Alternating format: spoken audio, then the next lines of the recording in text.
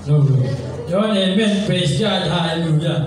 Isang magparang tanghali na. Tanghali sa ating lahat, diba?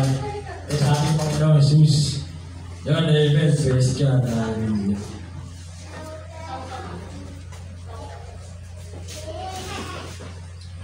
Yun, pakihighlights mo, Brother Joshua.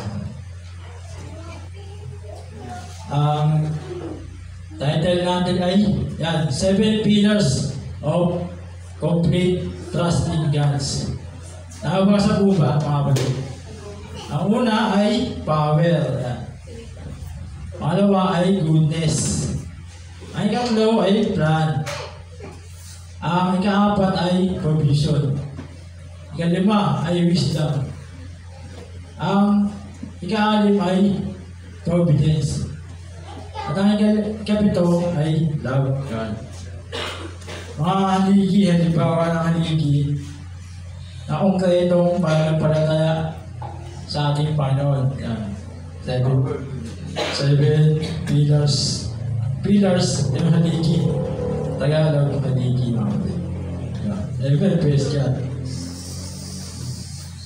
At bago ang lahat ay nahihiyang po muna ang lahat ay tumayo at pakibasa sa Nehemiah chapter 9 verse 6. Nehemiah. O Nehemias. Nehemias. Nehemias.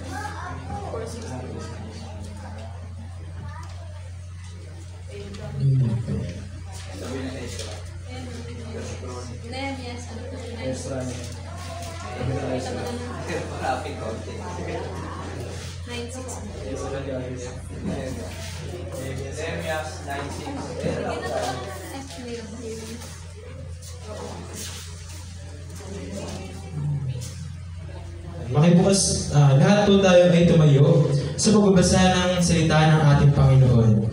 Yan. Makibukas po tayo sa Nehemiah chapter 9 verse 6. Yan. Sabi dito, at ang lahat ay sama-samang nananalangin ng ganito, Yahweh, ikaw lamang ang Panginoon. Ikaw ang lumikha ng kalangitan at ginawa mo ang lupa, ang langit ng mga langit, ang lahat ng bituin doon at lahat ng narito, ang dagat at ang lahat ng naroroon. Binibigyang buhay mo sila at ika'y sinasamba ng buong kalangitan. Amen. Amen. Praise God. Tayo pong lahat ay lumuha at panandali ang manalangin. Ama naming banal, mapangyarihan Diyos sa lahat, Panginoon. Salamat, Panginoon, sa magang ito, Panginoon. At kami ay mag-aaral ng iyong mga salita, Panginoon. Bawat verses. Patungkol sa iyong mga konkretong haligi ng iyong mga pagsubok sa amin at pagtitiwala sa iyo, Panginoon. Salamat, Panginoon. Pinupuri ka namin, tatailang pangalan. Ito po aming dalangin sa pangalan ni Jesus, aming Panginoon, Hari at Tagapagligtas. Amen. Amen. Okay, maaari na pong umupo na lahat. Nehemiah. Saan nga ba? Old Testament ba?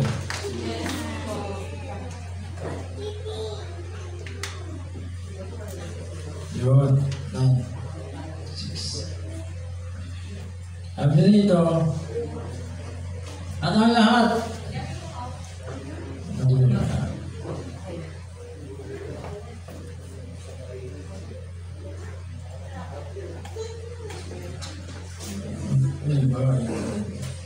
at ang lahat ay sama-samang nanalangin ng ganito, Yahweh, ikaw lamang ang Panginoon, ikaw ang lumikha ng kalangitan, at ginawa mo ang lupa, ang langit ng mga langit. Ang lahat ng bituin.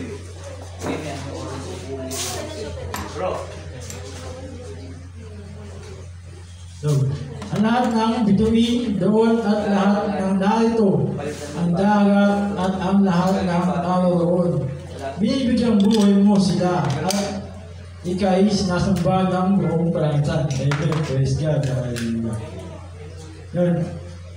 Si Nehemiah ay isang propeta noong bago ipanganak ang ating Panginoong Jesus. Mga 600 BC.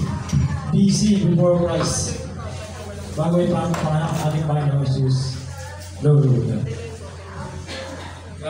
Naipanganak si Nehemias at naging propeta ng ating Panginoon. Ang mga talatang ito ay nasulat niya bilang isang panalangin sa mga Israelita. Kasi kilala naman natin ang mga Israelita, di ba? Pag-anon sila sa kanilang pananampalataya sa ating Panginoon. At yung time na yun, pagbalik na sila sa Juda. Kasi yung Ninive, sinakop na yung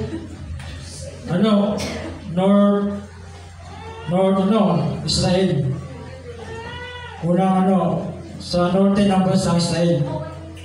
Ano ba yung sa ibaba ng Juda, Babylonia ba yun? Babylonia. O, Israelita. Ayun, bansang Israel. Basta kasi, yung naging dalawa kasi yan eh. Yung isa sa lahi ni Joseph, di ba? Naging dalawa yun eh. Nagtalo sila, kaya naging dalawa yung Juda at Israel. O yun, nasakop na ng yung Israelita. Nasakop na. Yung Juda na lang. Baga, para hindi masakop, sila'y nanalangin sa Panginoon ng ganito. At ikaw ang Panginoon, ikaw ang lumikha ng langit yun. Kaya nasabi nila ang panalangin yan. Ikaw ang lumikha ng kalangitan at ginawa mo ang lupa. Ang langit ng mga langit. Lord, amen. Kaya napatunayan nila ang Diyos ay Creator. Ito. Power. Yung haligi kanina, number 1 doon, power. Why should we put our trust in God's power? Yan. Unang puntos po natin mga kapatid. Bakit tayo dapat magtiwala sa kapangyarihan ng Diyos? Letter A, 1A. He is created all things. He is a creator mga kapatid. Sa Genesis pa lang nabuo niya na lahat. Langit, lupa, mga dagat, mga ibon, mga hayop, mga kapatid. Pati ang tao na kinarate niya na, na-create niya na. He created all things. Yan. Letter A. 1A. Gawin din ng ating Panginoon ay sustainer. Tagapanatili. He sustain all things. Maging sa mga isda, mga buhay naman natin, yun. Lahat ay pinapanatili niyang at naayon sa kanyang mga kalooban. Sustainer. Kung sa mga ating mga pinansyal o pagkain, sinusustain yan. Maging mga isda, sinusustain niya. Kasi kahit maliit lang na problema, kapag hindi niya sinusustain, babagsak ang mundo. Kaya sa mundo, ang sabi sa mundo, bago likain ng mundo, ito ay dilim pa lamang at napapalibutan ng tubig at banal na espiritu. Umiikot doon yung banal na espiritu sa tubig, mga kapatid. Kaya yun, nasusustain ng ating Panginoon ang ating mga pangailangan. Maging hayop pa ang pangailangan ng hayop at mga pangailangan man ng mga panin o halaman, mga kapatid. Yan. Letter C. Bakit tayo dapat magtiwala sa kapangyarihan ng Diyos? He is a Lord. Dahil siya ay ating Panginoon. He alone deserves all worship. May verse ka na ako in NIV. Pag-i-highlights mo nga, Lord Diyos. 9:6. Sabi kasi doon sa bago last ng talata, And the multitudes of heaven worship you. Maging maging mga anghel ay nagpupuri sa kanya. At di malaman nila ay paliwanag kung bakit sila nagpupuri sa ating Panginoon. Yan, tayo rin ay nagpupuri sa ating Panginoon. Dahil siya ay mapangyari sa lahat. Power, mga kapatid. Yun, praise God. Dahil naman tayo sa Nahum. Pakibasa Nahum. Chapter 1, verse 7 to 8.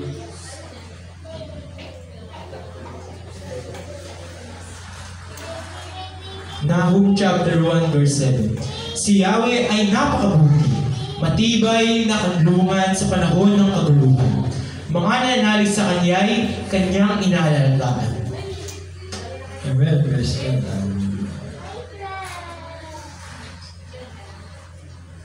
Ikalawang putos. Yun. Goodness of God. Why should we put our trust in God? God's goodness. Bakit tayo dapat magtiwala sa kabutihan ng ating Panginoon? Yun. Sabi dito, ang Panginoon ay mabuti. Katibayan sa kaalawan ng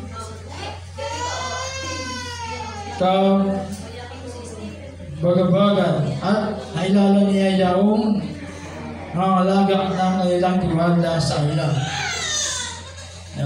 Si Yahweh, dito sa akin iba. Verse 8, Maria Joshua. Tulad ng malaking baha, lubos niyang pupuksain ang kanyang mga away at tutubusin sila hanggang mamatay. Amen. Praise God. Sa verse 7, goodness. Ito, may kita dito.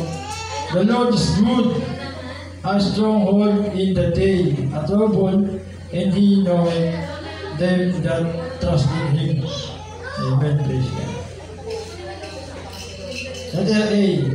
God very nature is good. Yan. Sa ating mga buhay, napabuti ng ating Panginoon. Hindi siya magugulang. At kung paano siya nagkakatiwalaan ng ating mga magugulang, mga kapatid.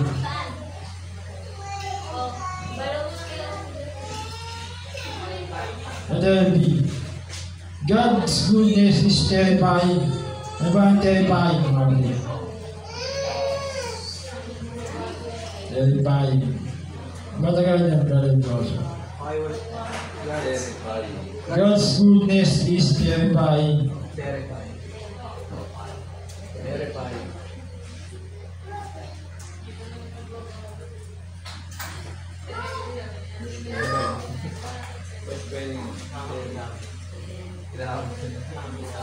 Wala ba na dyan?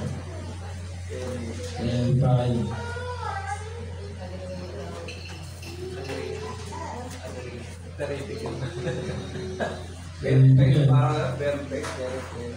Sita ko yun, sita.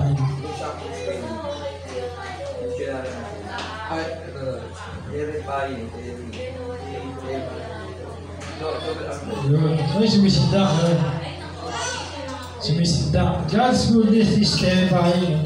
Tagalog ay parang wala makasindak sa Diyos. Nakatakot yun. Kaya sabi dito, mahirap na hulog sa amay ng Diyos, mga kapatid. Dahil ang Diyos ay mabuti. Yung ating mga kabutihan, kaya mas mabuti pa rin ating Panginoon.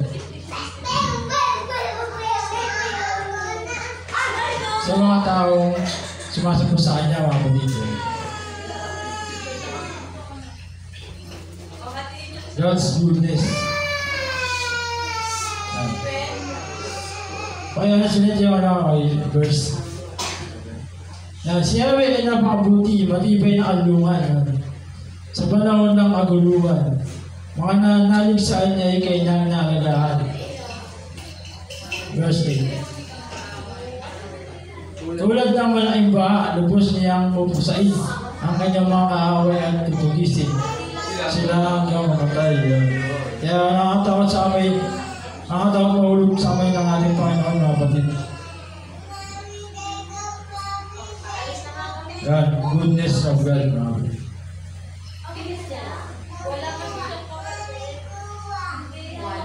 Sunod, pakibasa sa mga taga-Roma. Chapter 8, verse 20.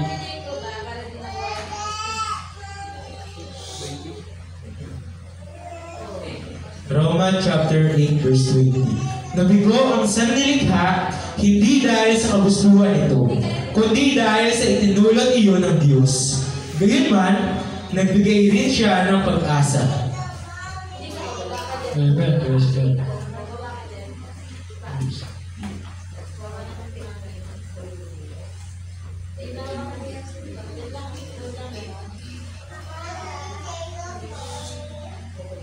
Yun. Point number 3. Plan. Why should we put our trust in God's plan? Yan. Sabi ito, sa English, basahin mo natin.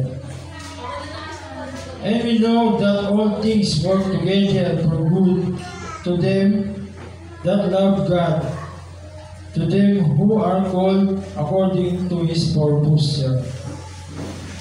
Alam naman natin, lahat tayo ay pinili ng ating Panginoon mga kapatid. Letter A. God has called us for a purpose. Naibahagi na natin ito sa atin ng mga nakaraang mga pag-aaral mga kapatid. At alam naman natin na tayo ay may purpose. Kaya tayo tinawag ng ating Panginoon. Yung mga disipulo, tinawag kaya tinawag kasi may purpose sila para sa ating Panginoon mga kapatid. Ay ikalat ang mabuting balita ng ating Panginoon. God. Points 3b. God works all things for our good. Ang ginagawa ng ating Panginoon Diyos sa lahat ng bagay ay kabutihan mga kapatid. Parang anak natin, yung anak natin, iisipin natin kung ano mga abuti sa kanya. Wala naman siguro magulang na mag-iisip ng kasamaan para sa kanya anak. Kaya God works all things for our good. Siguro noon sa Riles, kasi kahit nga yung mga masasamang tao, di ba?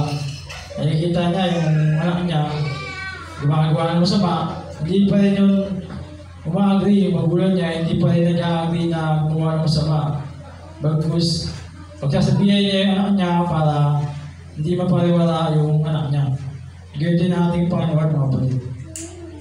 God works all things for our good. For a purpose. Kasi, yun nga, hindi natin alam kung anong buhay yung masamang tao na yun. Pwede magbago, o pwede hindi, diba? Kaya,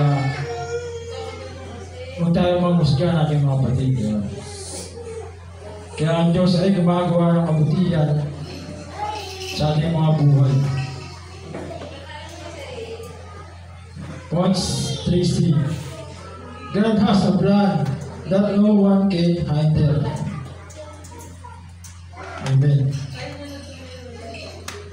Ang Diyos ay walang makapigil sa kanyang kalooban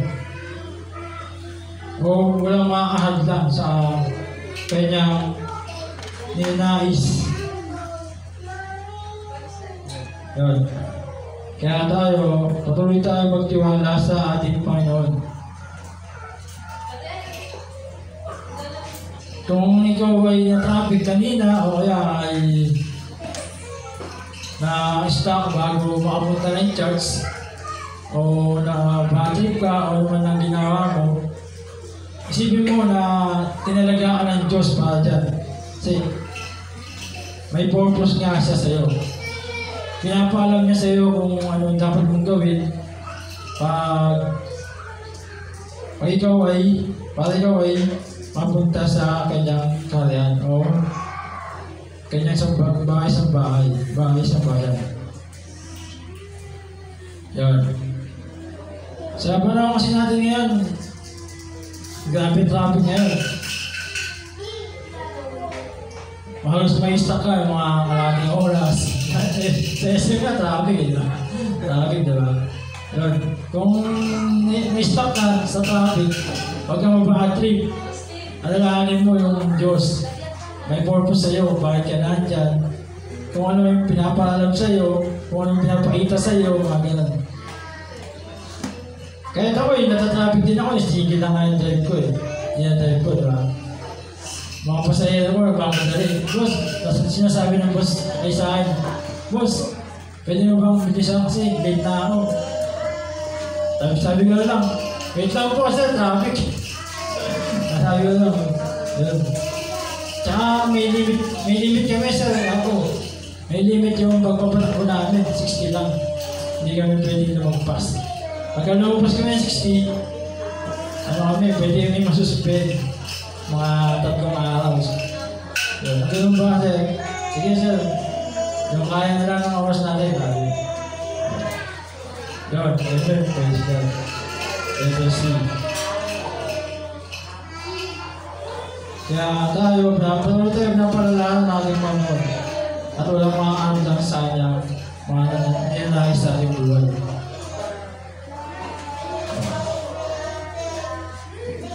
Apat ay provision. Yan. Kung sa haligi, complete trust in God. May basa sa Filipos, chapter 4, verse 19. Mga taga-Pilipos, chapter 4, verse 19. At buwan sa hindi mauubos na kayamanan ng Diyos, ibibigay niya ang lahat ng inyong kailangan sa pamamagitan ni Kristo Jesus. Amen. Praise God. Amen. At buwan sa hindi mauubos na kayamanan ng Diyos, ibibigay niya ang lahat ng inyong kailangan sa pamamagitan ni Kristo Jesus. Amen. Provision. Why should we put our trust in God's provision? Bakit tayo kailangan magtiwala sa kapangyarihan ng Diyos patungkol sa provision? Letter A. God is our ultimate provider. Mayaman ang ating Panginoon. Mayaman ang ating Diyos, mga kapatid. Kaya niya i-provide lahat sa atin, lahat ng ating mga pangangailangan. Sabi nga kanina, di ba, kahit yung mga isda, pinaprovide niya at sinusustain niya yung mga pangangailangan ng mga isda. Maging sa mga ibon, may percent, di ba? Sa mga ibon. Sabi, Matthew yata lang mga kagkaan. Yun. Yun, Matthew 6. Ano dito na yata? Mamaya kapaliwanag natin. Voice B. 4B. God never runs out of provision. Ating Panginoon ay hindi nagkukulang patungkol sa mga provision na kanyang binibigay. O hindi nadadapa sa ating mga pangangailangan, mga kapatid. Hindi niya tinatakbuhan yung kanyang obligasyon sa atin, mga kapatid. Kaya sabi nga ito, at buhat sa hindi mauubos na kayamanan ng Diyos, ibibigay niya ang lahat ng inyong kailangan sa pamamagitan ni Kristo Jesus. Kung magalingan, nihiling mo, nais mo sa iyong magulang, lumapit tayo sa ating Panginoong Jesus, Kristo Jesus, mga kapatid. Yun. Yung kaya ng mga panalangin natin, yan. Point C. God is generous to generous people. Siguro ito ni Pablo, di ba, mga Pilipos, mga kapatid. Yung Pilipos, bansang Pilipos, maraming doon, maraming churches na papala kay Pablo na kahit hindi niya kailangan ni Pablo, sabi nga sa verse 4 yata yun, kompleto naman ako kahit hindi niya na ako bigyan ng mga bagay na yan. Ako yung nakakain at pag basta kontento sa kanyang sarili. Pero, yung mga tao sa Pilipos, mga kapatid, patuloy na nagbibigay kay Pablo. Upang yung mga kailangan ni Pablo din, makatulong sa ibang churches at sa mga ibang mga tao na kanilang sinasakupan, mga kapatid. Halimbawa, sa kanyang pamilya, mga kapatid, hindi naman ikaw mismo yung pagpapalay ng ating Panginoon. Gagamit yan ng mga tao na iyong kamag-anak, mga sa buhay. Kung meron kang breadwinner sa inyo, Diyos ang nagpapala sa kanya, tapos ikaw, yung kapatid niya, bibigyan ka ng pagpapala ng iyong kapatid.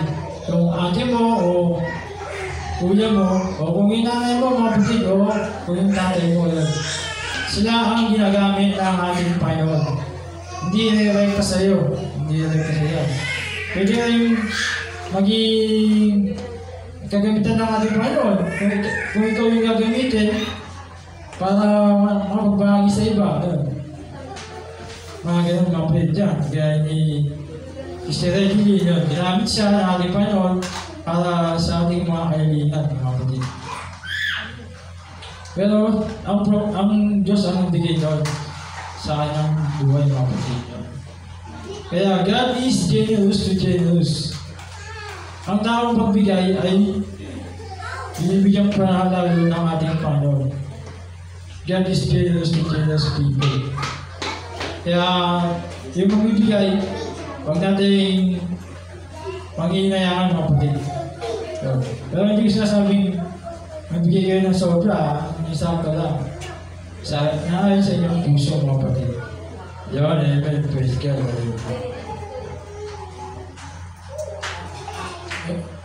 Points number 5. Pillars of number 5 is wisdom. Wisdom. Why should we put our trust in God? Wisdom, mga kapatid. Pakibasa sa mga kawikaan 3:5-6.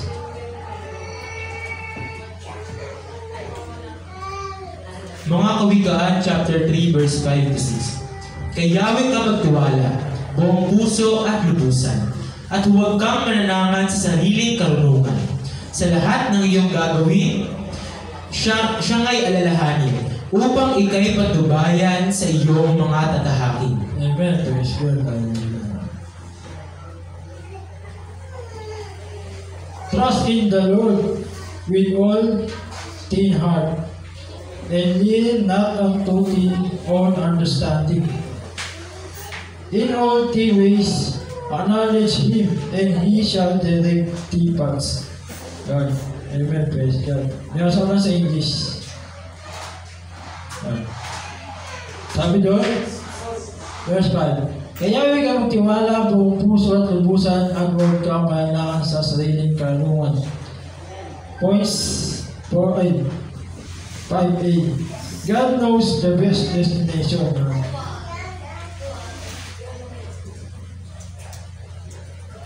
Sa ating buhay, kung tayo ay nagtitiwala kay Yahweh, sa ating Panginoon, buong puso at lubusan, alam niya ang mga destinasyon kung saan tayo pupunta.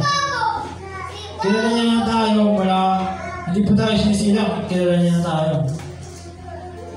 Wala bago gawin, hanggang sa pagkamatay, mga kapatid, kilala niya na tayo. At alam niya, God knows the best way para sa ating mga buhay, mga kapatid. Kagaya ni Jose, diba? Si Joseph, the dreamer, mga kapatid. Bata pa lang siya na naging na siya ng yung vision niya sa kanilang magkakapatid, diba? Yung mga kapatid doon niya, yun yung usahin niya. Yung mga, sabi doon, sa panaginip na yung mga pananim. ng kapatid niya, yung mo sa kanya, di ba? Tama ba, Brother Josa?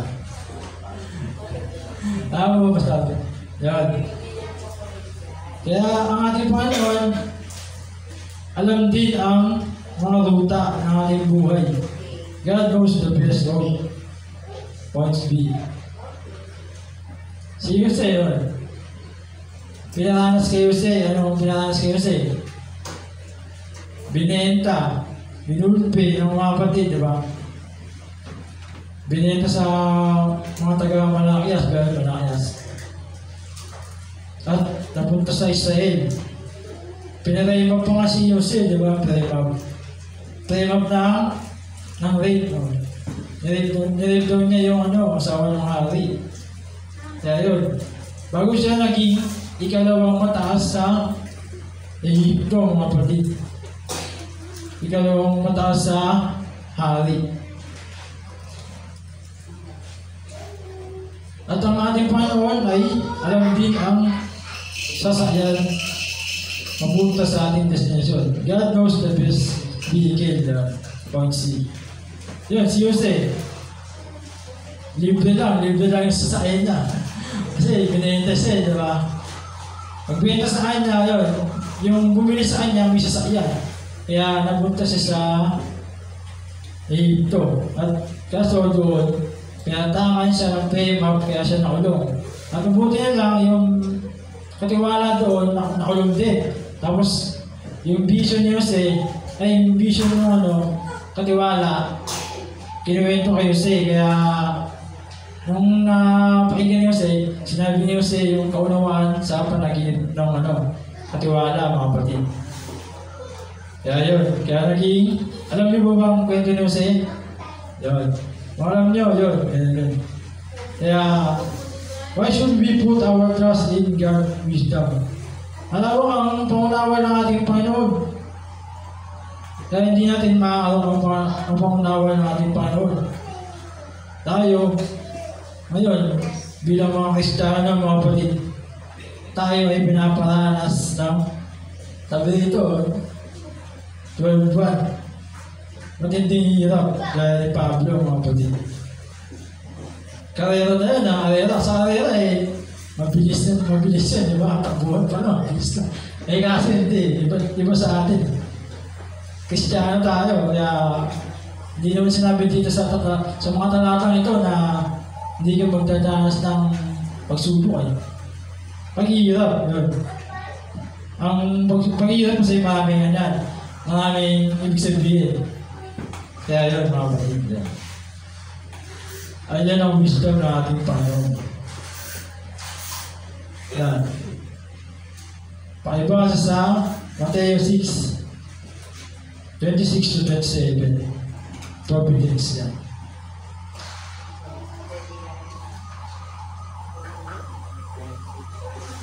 Mateo 6, 26. Mateo chapter 6 verse 26 to 27. Masdan ninyo ang mga ibon. Hindi sila nagtatanim ni umaaniman o kaya nagtitipon sa kamalig. Ngunit pinapakain sila ng inyong Ama na nasa langit. Hindi ba't higit kayong mahalaga kaysa sa mga ibon? Sino sa inyo ang makakapagpahaba ng kanyang buhay ng kahit isang oras sa pamamagitan ng kanyang pagkababalisa? Amen. Praise God. Point 6. Why should we put our trust in God's providence? Bakit daw po kailangan natin pagtiwalaan ang ating Panginoon sa providence? Ano po ba ang Tagalog ng providence? Providence. Search mo rin natin. Dictionary. Providence. Para ma-highlights yan.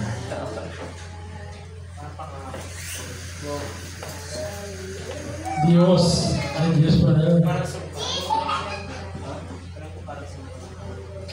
Ang pagiging Diyos. Ang providence ay may tatlong uri.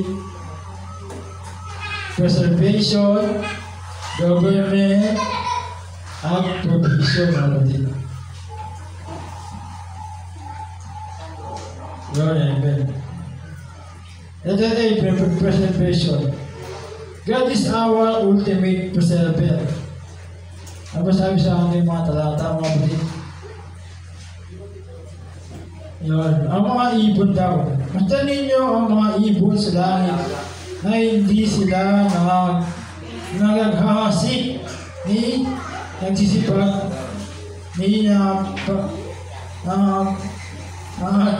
titibon. Malalim yata ito sa akin na ito. Kaya na mga brother Diyos. Yan, basta ninyo ang mga ibon. No, yan. Hindi sila nagtatanim ni umaaniman o kaya ay nagtitipon sa kawali. Ngunit pinapakain sila ng inyong Ama na nasa langit. Hindi ba't higit kayong mahalaga kaysa mga ibon? Next. 27. Sino sa inyo ang mga pagpahaba ng kanyang buhay ang higit isang oras sa pamamagitan ng kanyang pagkabalisa? Amen. Praise God. Yan. Preservation. God is our ultimate preservation. Yung nagpapanatili sa pag-sustain. Kanina pag-sustain ngayon ay sa pag-alaga ng buhay ng kumari, mga ibon, di ba? Preserver.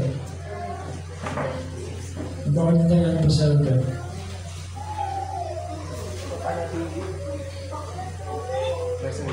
Preserver. Nagpapanatili. Ang Diyos ay nagpapanatili, di ba? Ultimate preserver. Nagpapanatili sa lahat ng kanyang mga anak. O kaya mga nilindang. Nilalang. Nilindang. Tama rin. Lahat ng kanyang nilalang. Mga ibon. Gano'n pa kaya yung Diyos naman natin na tayo ay nakakalapit sa Kanya. Hindi niya tayo pag-uulang. Hindi siya mag-uulang sa ating mga pangailangan. Yung kanta ka, di ba? Hindi ka nagkulang. Ayun, di ba? Yun, maganda ka tayo, di ba? Ayun. Kaya, siya ay papanatili sa ating mga pangailangan. Points B. Government. God is our ultimate governor. Yung pinangahawakan niya talaga yung kanyang nasasaupan. Kanyang yan, yung mundo, di ba? Likahan niya, pangahawakan niya ng maigi yan. Kung outer space, sa labas ng mundo, pinapaikot niya ng maayos yung pag-ikot ng outer space. Mga galaxy, mga buwan, mga araw, mga bituin. Pinangahawakan niya. Kung hindi niya hawakan yan, pag nagkaroon ng problema yan, lahat yan guguho, mga kapatid, di ba? Lahat yan babagsak. Kundi ang ating mundo na ating ginagalawan. Kaya, He is our governor. Ultimate governor, mga kapatid. Letter C, provision. God is our ultimate provider. Kung nagpo-provide siya ng ating mga pangailangan. Para nang ulit na natin kanina yun. Sa mga Pilipos, God is our ultimate provider. Sige, point 7 na tayo mga pili. Okay, siya lang. Tulog na ito. Gising mo ba lahat? Amen. Praise God. Pakibasa sa John 15, verse 9. John chapter 15, verse 9. Kung paanong inibig ako ng Ama, gawin din naman, iniibig ko kayo. Manatili kayo sa aking pag-ibig. Amen. Praise God. Kilala naman natin si John, 15:9.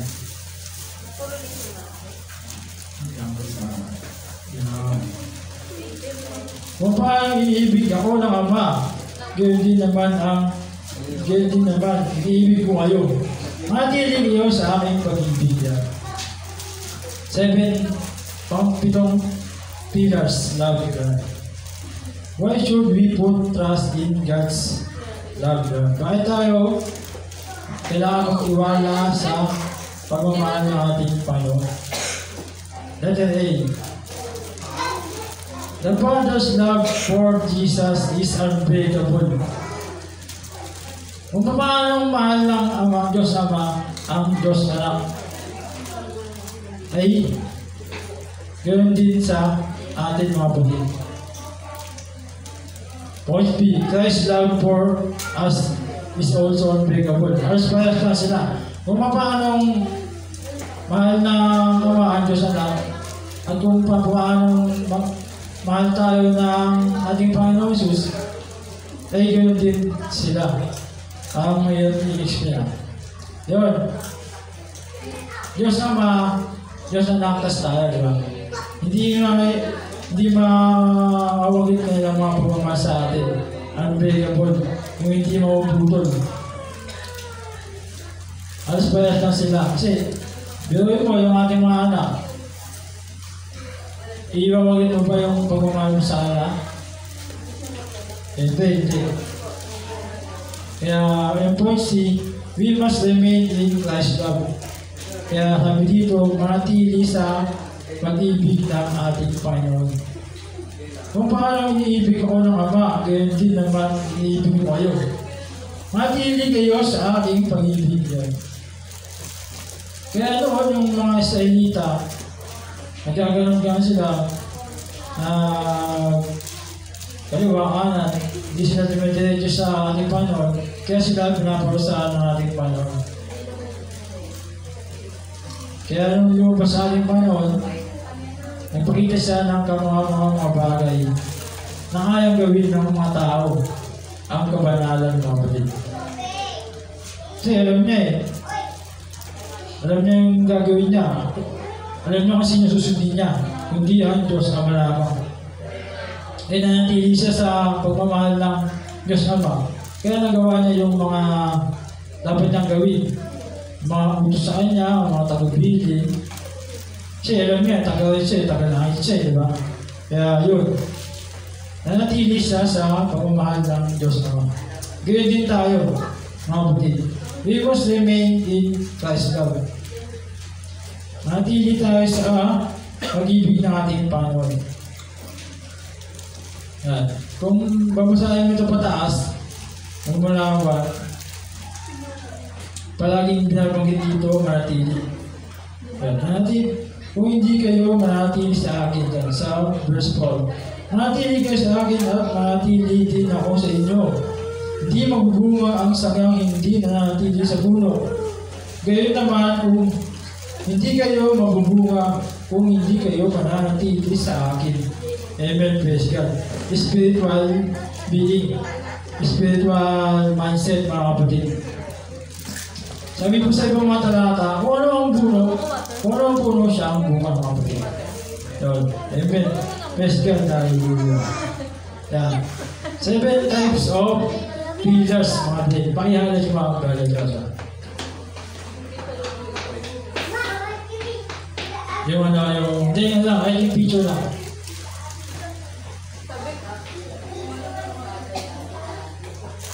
Yan. 7 pillars of complete trust in God. Sa atin kasi, minsan, may ganun tayo eh. Hindi ko sinasabing lahat tayo may kumakaliwa, kumakanan.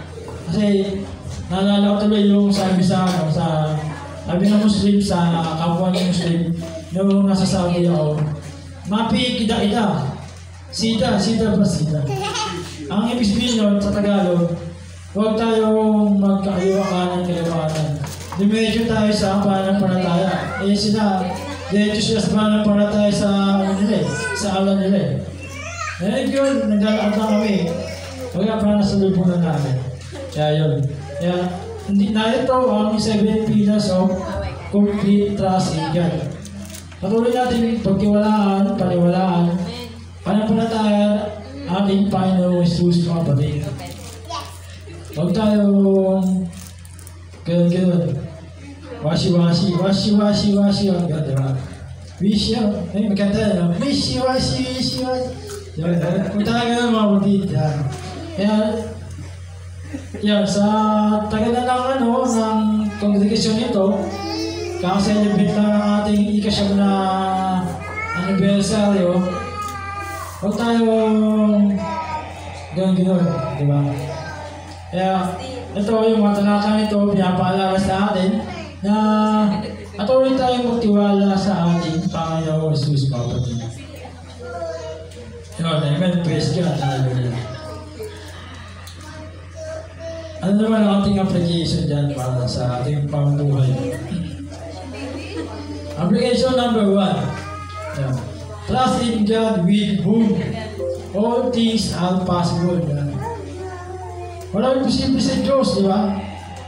Lahat kaya niyang gawin. Maging yung ano nga di ba? Hindi nanganganak, di ba? Binigyan niya ng anak, di ba?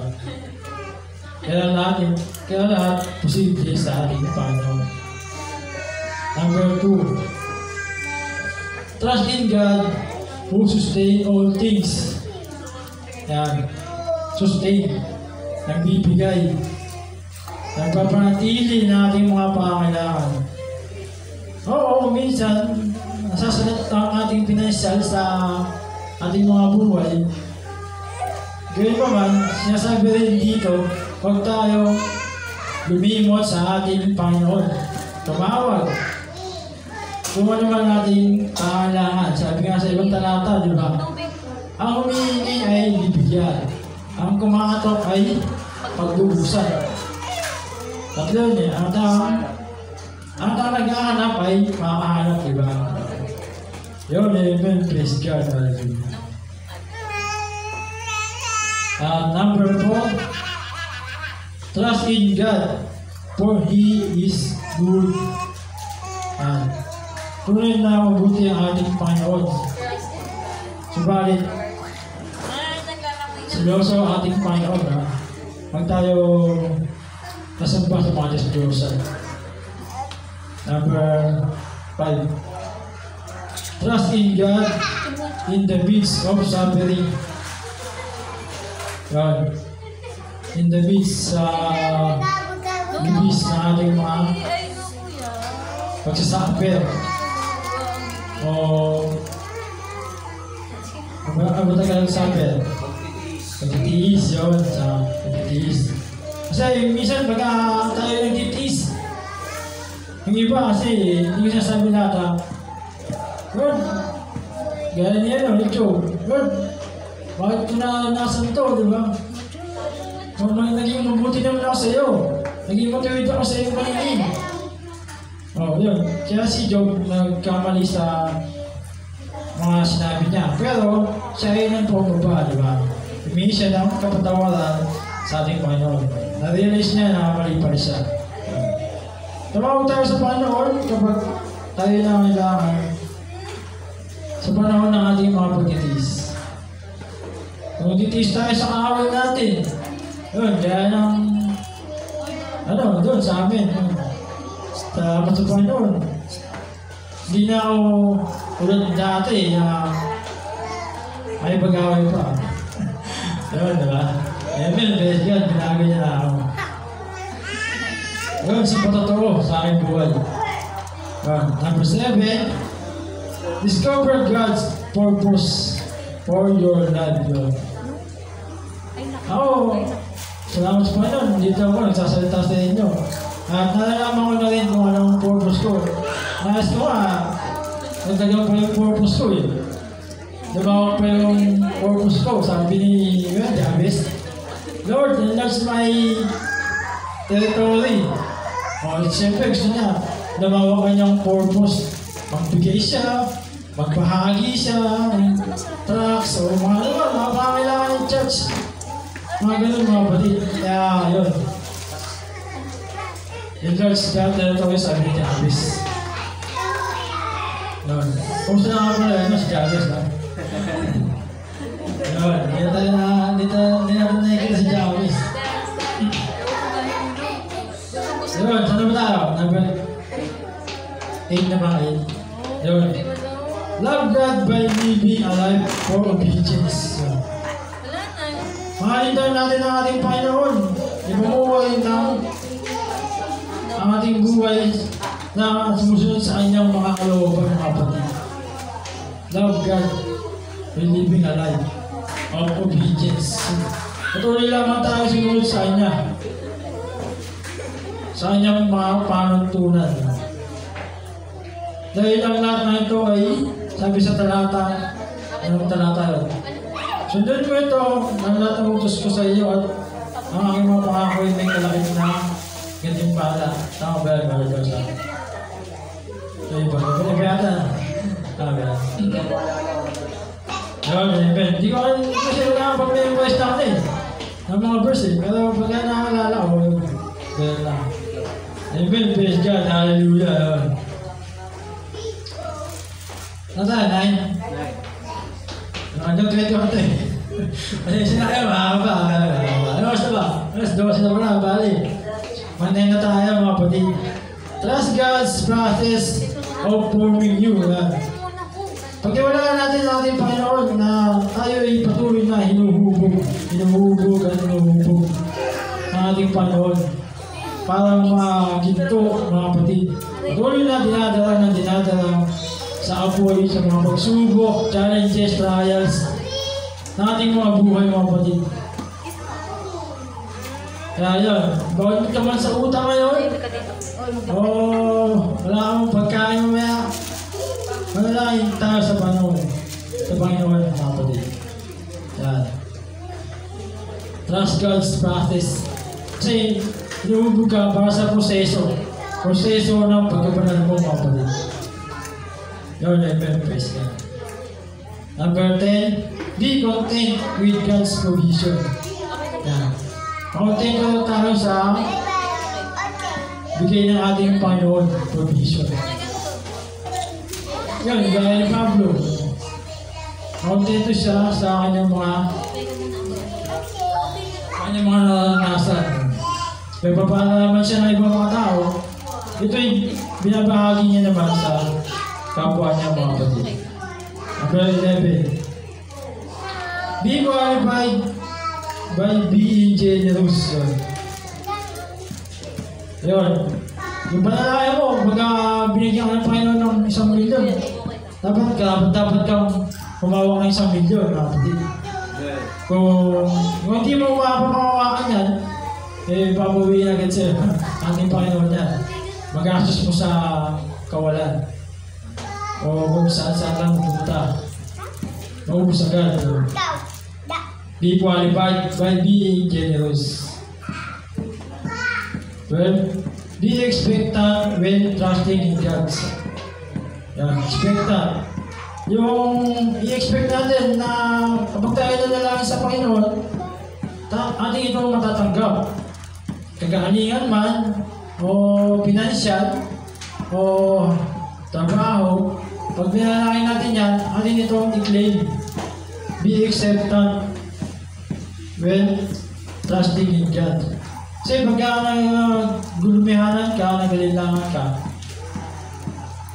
hindi ka tatanggap ng pagpapala, di ba? Sabi nga sa akin ibang talata di ba? Ano ba yung pastor? Ang taong nagalilangan ay hindi tatanggap ng pagpapala. O tatanggap ng pagpapala, di ba? Bago-bago ng isip. Kaya, i-claim natin, i-expect natin na matatanggap agad natin yun sa pamamagitan ng ating Panginoon. Number 13. Trust the Lord with all your heart.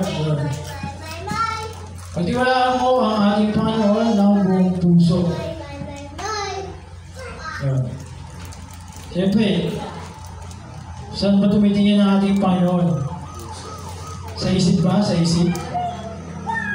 Hindi, kundi sa ating mga puso, mga kapatid. Kasi ang Panginoon ay all-knowing God. Nababasa niya, nilalaman ng ating puso. Kung sa isip, madumi ang ating pag-iisip. Maraming atake ng kaaway dyan. Diba? Kaya sa puso, trust the Lord with all your heart. Subuhin mo ating Panginoon sa pagmamahal ng iyong puso. Tama ba yan? Number, 14 yun. Lean not on your own understanding. Yun, huwag na tayo umasa sa sariling kalulungan, sabi sa talata kanina, diba? Yun, mga kawikaan. Huwag tayo umasa sa ating pangunawa. Kunyari, ito gagawin ko. Kunyari, may exam yun. Ito gagawin ko, mag-aaral. Hindi mo naisip ng Panginoon, hindi ka lumapit sa Kanya. Kaya yun, magsarili ka na, kaunawaan. Kaya gano'n. Tapos, pagka bumagsak ka, maisip mo ating Panginoon. Kaya huwag gano'n mga kapatid. Lean on not your own understanding. Number 15, acknowledge God's wisdom. Acknowledge, tanggapin na natin ang wisdom ng ating Panginoon sa ating mga buhay, mga kapatid. Acknowledge. Number 16, trust in God's ability to preserve. Ability ng Diyos yan, ability. Yung magpanatili ka niya, o magpanatili ka yung mga pangailangan sa ating mga buhay. Trust in God's sovereign control. Tayo ay, sabi sa ibang talata, God is control. Tama ko ba yung pastor? God is control yun. Kaya sovereign God. Tayo ay kanyang nakakontrol. Pero may free will tayo mga kapatid ha. Huwag niyo mawalayin sa atin yan ha, free will. Nakakontrol niya lang yung mga mangyayari. Pero kung nawala ka sa kanyang budal, hindi niya na makakontrol yun.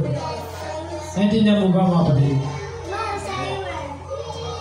Yun, amen. Ganyan tayo halimbawa, kung ikaw ay Kristiyano, nasa pangangalaga ka ng ating Panginoon. Pagka nag-backslide ka, gaya naman nung alibro ka na, di ba? Umalis siya, ginusto niya yung mga gusto niya gawin. Kinuha niya yung pera niya, o nagpasaya siya. Nawala siya sa kawan ng ating Panginoon. Kaya sabi sa ibang talata, di ba, sumunod, yung sa nagselos na yung isang anak, ang lahat ng sa iyo ay akin. Tayo yun mga kapatid. Kaya yun. Huwag tayong aalis sa kawan ng ating Panginoon. Yun. Tayo ba? Oo na. 18 yun. Trust in God's sufficient provision. Yun. Pagkiwalaan daw natin ng sufficient ng ating Panginoon para sa provision. 19. Return to Christ's love. Lagi tayong babalik sa pagmamahal ng ating Panginoon. Remain in Christ's love. Lagi tayong manatili sa pagmamahal ng ating Panginoon. Rely on Christ's love. Rely. Lagi natin aayusin yung pag-ibig natin sa ating Panginoon. Yun. Pwede na. Yun. Rely on Christ's love. Rely yung, hindi yung nag-wait ka na, ako sa hindi ka. Rely yung, ayusin mo yung relasyon mo sa ating Panginoon. Yun, kaya rely on Christ's love. Hanggang dito lang ang ating topic mga kapatid. Pero ang conclusion natin ay Deuteronomy 6:5. Paibasa mo na.